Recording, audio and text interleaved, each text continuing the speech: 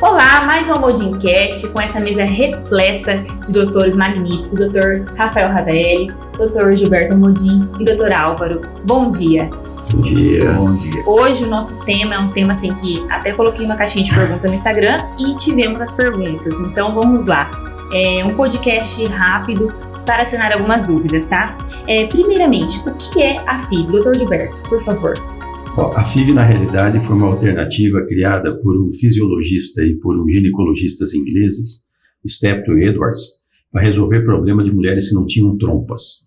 Então, eles tinham uma série de pacientes que as mulheres tinham trompas inutilizadas e então elas não conseguiriam engravidar porque a trompa, na realidade, é o caminho para viabilizar a gestação. Então, eles inventaram uma maneira de coletar um óvulo, coletar um espermatozoide, inventaram uma trompa artificial, que é uma incubadora, onde o embrião sobreviveria alguns dias e eles colocariam diretamente no útero. Isso que é a fertilização in vitro. Então, é substituir a trompa natural por uma trompa artificial para o embrião sobreviver alguns dias. É simplesmente isso. Simplesmente. Uau! Perfeito. Só voltando, então, lembrando como que engravida? Então, o espermatozoide é produzido no testículo, né? Certo?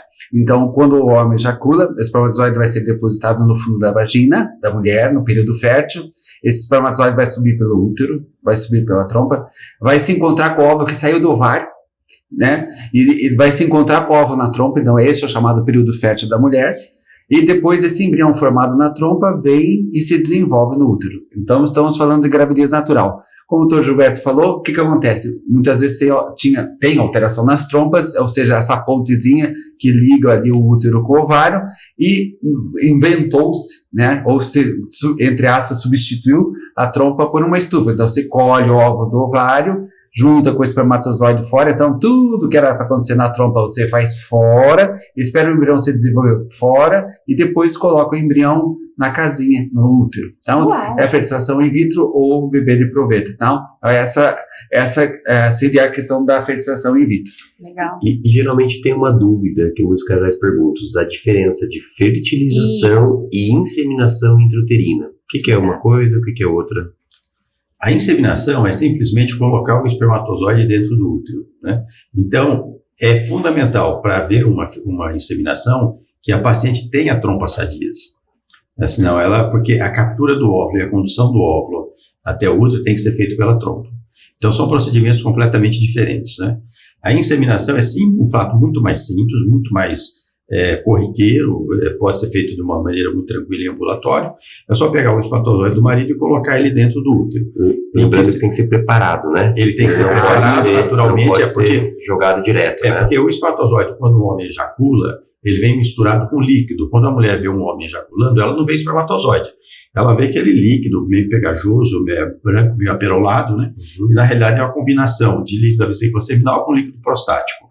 Esse líquido não pode entrar dentro do útero porque ela poderia correr o risco de fazer um choque anafilático.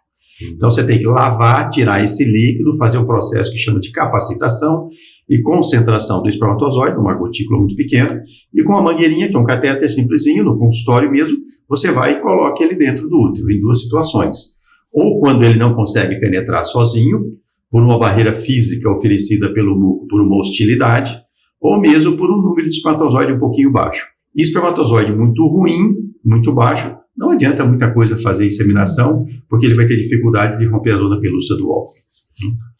Rafael, o que temos como número espermático? Só para a gente falar sobre, para ter uma ideia, para ter uma noção. Então, essa é uma pergunta boa, porque a gente tem parâmetros que são considerados normais no laboratório, né, que é acima de 15 milhões de espermatozoides. Só que é importante a gente avaliar também a motilidade deles, a morfologia deles, para a gente saber se esse homem tem um potencial grande de gravidez espontânea, né, ou se a gente deve ir para as técnicas de fertilização ou por inseminação intrauterina ou por fertilização in vitro, né. Nós utilizamos parâmetros baseados em 2 exames, no espermograma e num teste chamado SwingUp. O teste chamado SwingUp é um teste que avalia quantos espermatozoides estão móveis e com potencial de penetrar ou de chegar dentro do óvulo um pouco maior, né, para a gente melhorar os resultados. Na nossa experiência, inclusive um trabalho que nós publicamos recentemente, Quando a gente tem menos de 500 mil espermatozoides, a chance de gravidez é muito baixa por técnicas simples, como a inseminação intrauterina. Quando a gente tem acima de 1 milhão, os resultados começam a melhorar. O ideal, acima de 5 milhões após o teste. E sobre a fragmentação do DNA? A fragmentação, ela é um teste que a gente faz hoje em dia, porque no trajeto da produção do espermatozoide até a ejaculação, esse espermatozoide pode sofrer lesões no DNA, né? Então, não significa que ele vai perder o DNA, mas ele fica como se fosse quebras na estrutura do DNA, pelo processo de você juntar o DNA e abrir o DNA novamente. Esse processo, durante o caminho que ele faz do testículo até a ejaculação, até, né, sair, ele tem um prazo muito grande, então ele pode sofrer influências de inúmeras doenças ou substâncias, esse tipo de coisa. Ele pode causar essa fragmentação.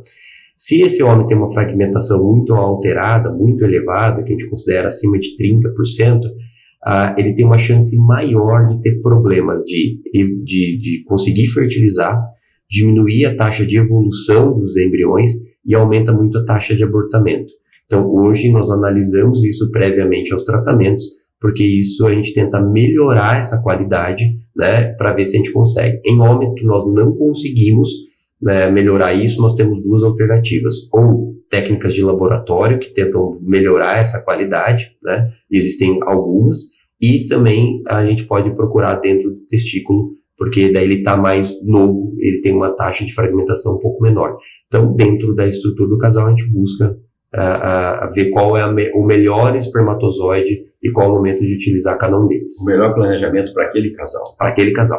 Atenta aqui na próxima pergunta. Quando a FIV é indicada? Então, voltando para aquilo que o Gilberto falou inicialmente, a FIV, se a paciente tiver alteração na trompa, ela foi inventada inicialmente para quando tem alteração na trompa, ou teve uma laqueadura, por exemplo, ou teve uma infecção sexualmente transmissível chamada clamídia, que faz um negócio chamado hidrossalpinge, que a trompa fica dilatada, inclusive muitas vezes tem que remover essa trompa. Então, quando a alteração da endometriose, né, a endometriose pode levar a alteração também. Então, essas são indicações bastante clássicas. E, na continuidade, a questão espermática, o Dr. Rafael já colocou a questão numérica. Então, se você tem um determinado número espermático, por exemplo, abaixo de 2 milhões ou 3 milhões de espermatozoides com boa mobilidade, você aí sim já viria a indicação da fertilização in vitro. Então, aí seria uma outra indicação, que é bem frequente. Isso é importante. 30% dos casais com dificuldade em engravidar, problema feminino, 30% masculino e 30% os dois. Ou seja, resumindo, quando você tem dificuldade em engravidar, meio a meio, né? Então, é importante sempre dar esse reforço que quando você tem essa dificuldade em engravidar, é importante avaliar o casal, né? Uau. Em resumo, só para nós temos fatores femininos e fatores masculinos e fatores do casal. Então, existem fatores femininos que dificultam a gravidez espontânea ou por técnicas de baixa complexidade. Existem fatores masculinos que podem até impedir uma gravidez natural, que é o caso da zoospermia, que não tem espermatozoides no ejaculado, né? E existem fatores que a gente chama de ESCA ou ISCA, que é infertilidade sem causa aparente, né? Então, a gente tem o problema do casal que não consegue gravidez espontânea. Então, tudo isso é analisado, individualizado, personalizado e baseado nisso é que a equipe toma a decisão de qual é o melhor tratamento a ser feito. Então, a fertilização in vitro é uma das opções, né? E eu aprendi com o Dr. Gilberto que ela tem que ser a última. Uau. Mas ela pode ser a primeira. Uau. Mais uma dúvida. A fertilização in vitro é uma garantia de gestação? Não. Não é nenhum tipo de garantia. Em medicina não existe duas palavras, sempre e nunca, tá? São sempre probabilidades, né? E essas probabilidades, elas sofrem uma gama de variedades enorme, né? Mas a taxa de sucesso de fertilização in vitro, ela pode oscilar entre 5%, 8% até 60%, dependendo da idade da paciente, dependendo da causa da infertilidade, dependendo de uma série de fatores, né, que influenciam. Em todo caso, 100% não existe em nada. Certo. É importante só lembrar que na fertilização, quando a gente realiza a fertilização in vitro, a gente não faz nada diferente do que a natureza faz, tá? Então não é uma coisa que existe uma manipulação. Então nós promovemos o encontro, né, do espermatozoide e do óvulo, nós auxiliamos ele no desenvolvimento de uma maneira só de permitir que ele desenvolva, e depois disso a gente devolve para dentro do útero para que ele continue o seu ciclo, né? Então lógico, isso é feito com uma tecnologia grande, com todo um cuidado. Para você ter uma ideia, a gente controla o CO2, né, que é o gás carbônico que está dentro da estufa, o pH, a temperatura do laboratório, da estufa. Então existe todo um controle para que isso, porque a gente tenta copiar, mimetizar o útero, né? Então naquela fase inicial, né? Mas não existe nenhuma intervenção nossa no processo, né? Então nós apenas somos quem apresenta o casal, né? Nós apresentamos um ao outro.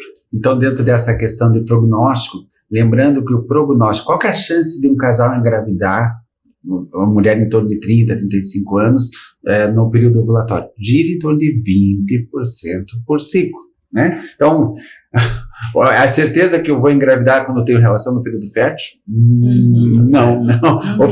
Geralmente, quando eu não quero, acontece. É bem isso mesmo. Eu tenho 3 filhos e foram assim. Não querer é um fator positivo, né?